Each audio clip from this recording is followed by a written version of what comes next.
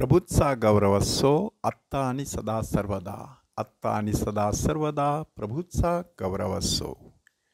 जी व्यक्ती निष्काळजीपणे प्रार्थना करते आणि परमेश्वराकडून मोठमोठ्या आशीर्वादाची अपेक्षा करते, ती व्यक्ती गिरणीमध्ये वाईट धान्य टाकून चांगलं पीठ अपेक्षित करणाऱ्या माणसासारखी असते. असे म्हणणाऱ्या संत बर्नर्ड ह्यांची स्मृती काल आपण साजरी केली. आज आपण अशा एका थोर संतांची स्मृती साजरी करत आहोत की ज्यांनी एक महामंत्र आपल्याला दिलेला आहे. ख्रिस्ताठायी सर्व गोष्टींचं नूतनीकरण करा. आणि ही महान व्यक्ती आहे संत पायस 10वे. आपल्या गोरेगाव ह्या ठिकाणी संत पायस 10वे ह्यांच्या नावाने एक सेमिनरी उभी आहे. त्या सेमिनरीमध्येच आम्ही सर्वजण शिकलो. 21 ऑगस्ट ह्या दिवशी त्या सेमिनरीचा मोठा सण साजरा केला जायचा. आणि त्यावेळेला ख्रिस्ताठायी सर्व गोष्टींचं नूतनीकरण करा हा मंत्र सातत्याने आमच्या मनावरती बिंबवला जायचा.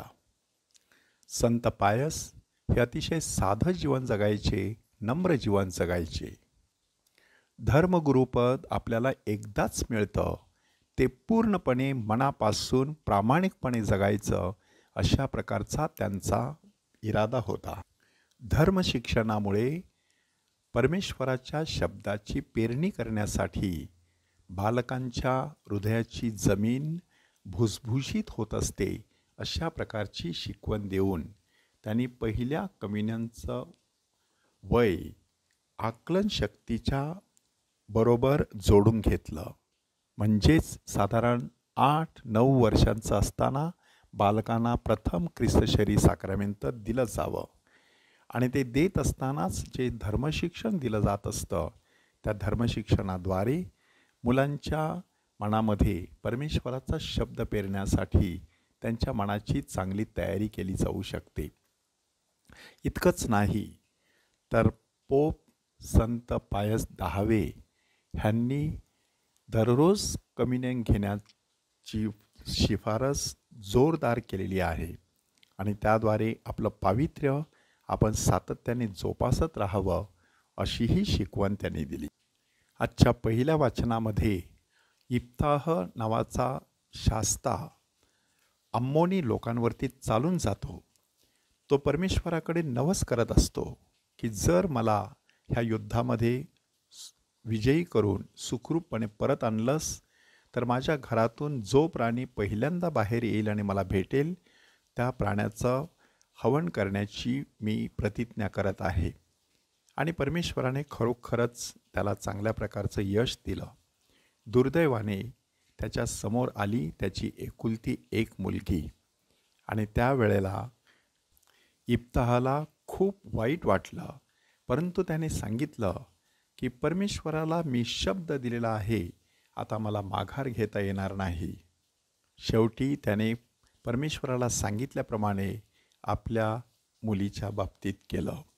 हा संपूर्ण प्रसंग नक्की आपल्याला काय शिकवतो की एकदा माणसाने परमेश्वराला वचन दिलं की त्यानुसार माणसाने जीवन जगलं पाहिजे. म्हणून आजचं प्रतिसाद स्तोत्र आपल्याला सांगतं, हे परमेश्वरा तुझ्या इच्छेप्रमाणे करावयास मी आलेलो आहे. दुर्दैवाने परमेश्वराच्या राज्यात कोणकोणत्या प्रकारचे लोक आपल्याला आढळू शकतात त्याविषयीचा एक दाखला प्रभू येशू ख्रिस्ताने आजच्या शुभवर्तमानामध्ये दिलेला आहे. ह्या दाखल्यामध्ये प्रभू येशू ख्रिस्त लग्नाच्या मेजवानीविषयी आपल्याला सांगत आहे. ह्या मेजवानीच्या संदर्भात लोक कसे वागतात त्याचे 3 गट आपल्यासमोर सादर करण्यात आलेले आहेत. पहिला गट आहे की ज्यांना आमंत्रण दिलं होतं ते आलेच नाहीत. दुसरा गट आहे की जे चव्हाट्यावर बसून टाईमपास करत होते, त्यांना लग्नाचं आमंत्रण देऊन लग्नाच्या मांडवामध्ये त्यांचं स्वागत करण्यात आलं. आणि तिसऱ्या गटाचा प्रतिनिधी आहे लग्नाचा पोशाख न घातलेला माणूस. ह्या तिन्ही प्रकारच्या लोकांवरती आपण चिंतन करणं गरजेचं आहे की परमेश्वर ज्या वेळेला मला बोलावत असतो त्यावेळेला मी मनापासून होकार दिलेला असतो की वरवर हो म्हणतो आणि नंतर नाही म्हणत असतो. दुसऱ्या गटातील लोकांविषयी चिंतन करत असताना कधीकधी देवाच्या राज्यामध्ये आपल्याला असे लोक दिसत असतात की आपल्या नजरेतून ते पात्र नसतात, परंतु परमेश्वराने मात्र नेमकं त्यांनाच बोलावलेलं असतं. त्यांच्याद्वारे परमेश्वर महान असं कार्य करू शकतो. आणि तिसरा प्रतिनिधी जो आहे तो आपल्याला महत्त्वाची गोष्ट शिकवत आहे.